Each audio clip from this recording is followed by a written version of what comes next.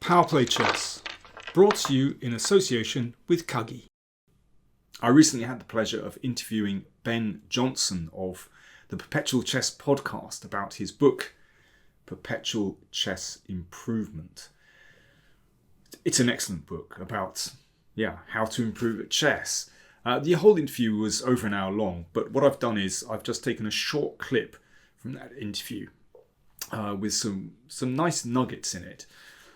Ben's a really interesting guy. He's had a fascinating background. He was a professional poker player, an investor as well, and he draws on his experiences in these fields and related them to chess, and also drawn on all the information and tips that he's gleaned from his podcast as well. So in this short clip,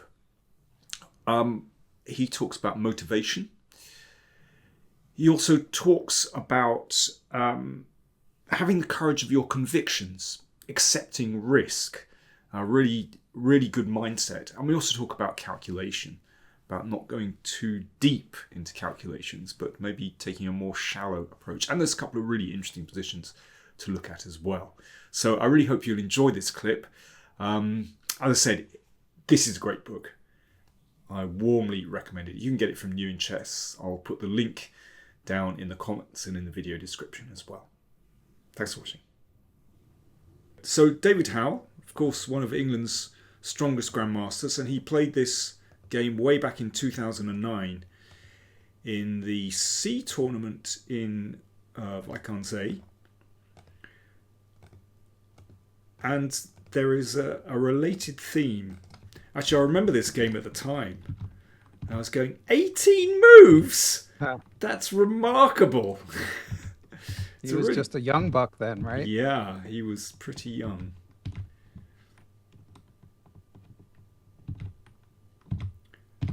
Okay, so let's throw this one out.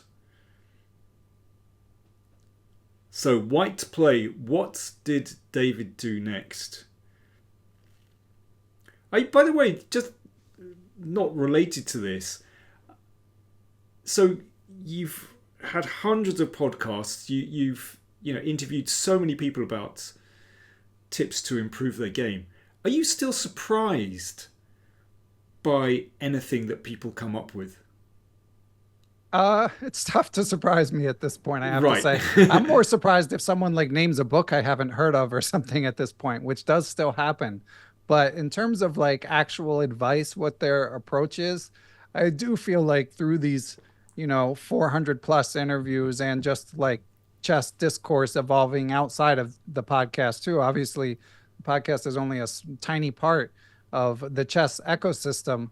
I feel like people have coalesced around, people know what to do, whether they do it or not. And, things, you will want to change things a little bit based on your age and how much time you have and stuff like that. But I don't think there's, as Ben Feingold says in the introduction, I don't think there's any secret ingredient at this point. And there's no shortcuts, as I say in the book. So knowing what to do and doing it is still a vast gap, Actually, that brings me on to a question that someone asked on the YouTube channel. They said, hang on, let me get it here. While you're getting it, I'll just quickly answer. Someone in the chat asked how many pages the book is. It's about 200 pages of this size page. I'm always terrible at holding up a book for a camera. But I think you got it there. Okay, here we go. Someone, I don't know this guy's name, but I find this quite a funny. As you say, at this point, I think we know what you have to do. At least it's set out very nicely in the book. But somebody says, you get the problem. He says, once you've identified a weakness in your play, how do you build up the motivation to work on it? I know I'm the wrong guy to ask. I know that calculation has been your... he talks about calculation. But how do you make the strides to improve your skill if you don't have the necessary motivation? My personal issue is lack of courage.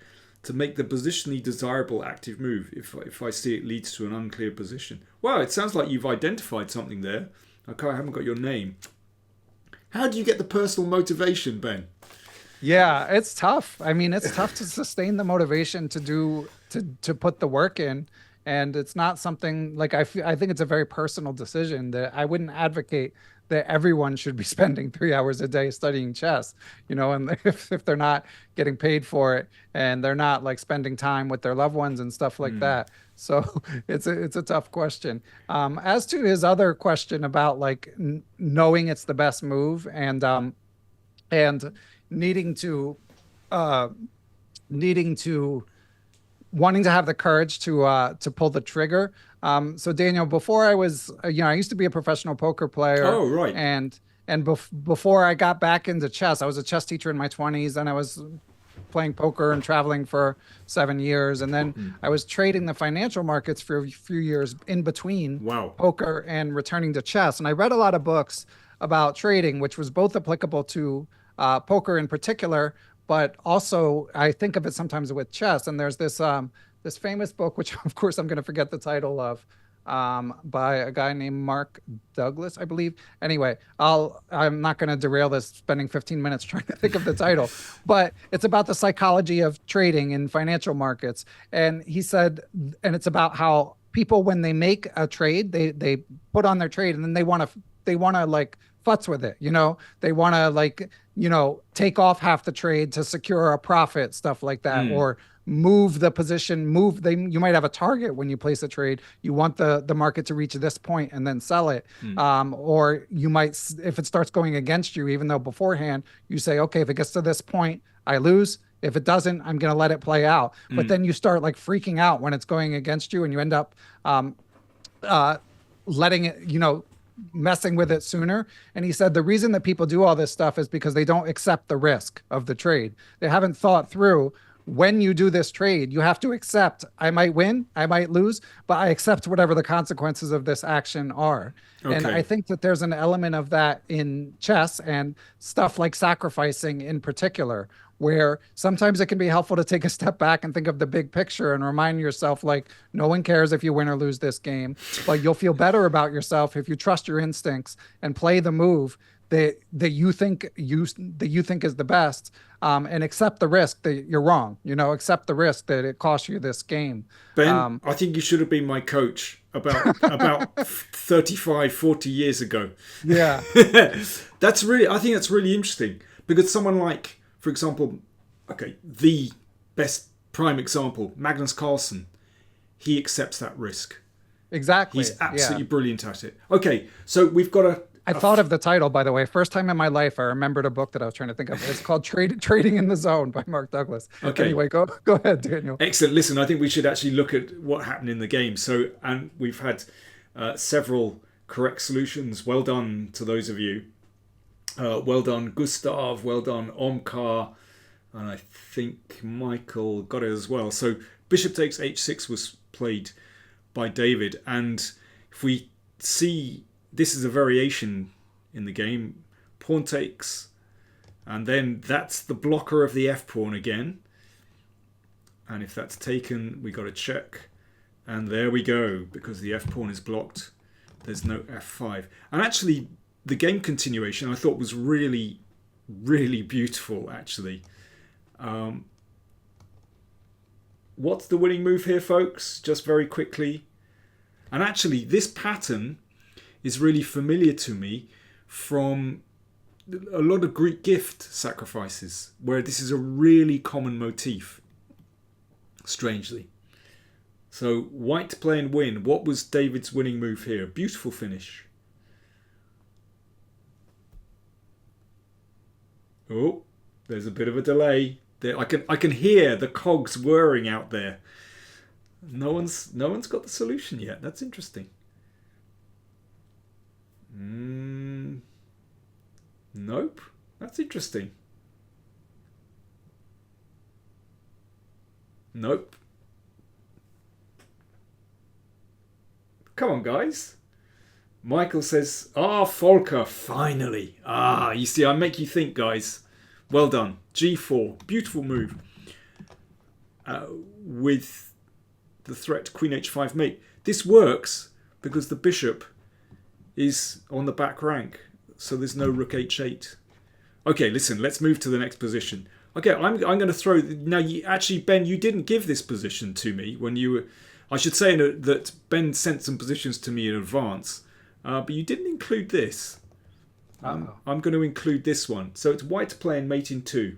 Oh, yeah. So Ben, mate in 2. Well, I think white's winning this position anyway. What's this got to do with chess improvement? What's this got to do with the price of tea in China?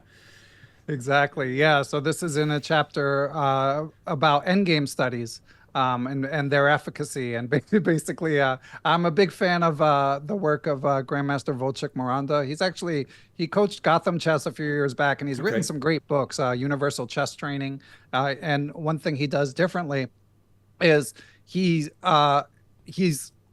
gives puzzles that are some tactical, some not tactical, and then just gives like incredibly detailed explanations. And at some point, I was writing about tactics versus pattern recognition and talking about endgame studies. And I was interviewing him around that time, and he offered to help. And then he ended up going on this rant about endgame studies and how like every trainer says they're the best thing ever, but he had a very specific list of when he thinks they're helpful and when he thinks they're not. And basically he thinks like studies like this where it's mate in 2, but obviously, as you say, as long as you don't fall over on the board and die while you're playing, you're going to win the game.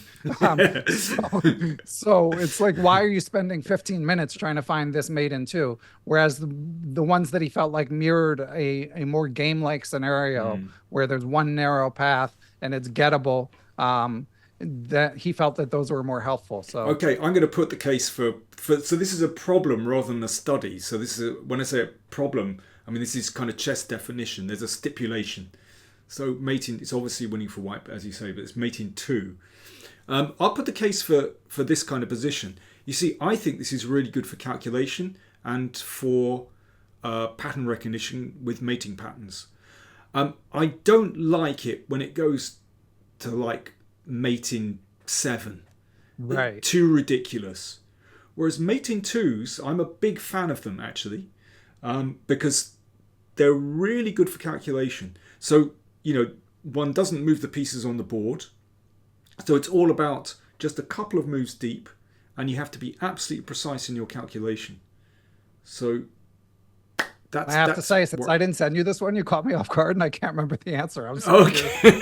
You're trying to figure it out. You see, when I looked at this, I got this straight away because I love mate in 2s. So this is my kind of position, I have to say. And I think, I remember a few years ago when I was looking, for example, at the Greek gift sacrifices, and I thought I kind of knew those backwards. I was sort of doing it for actually a chess-based DVD.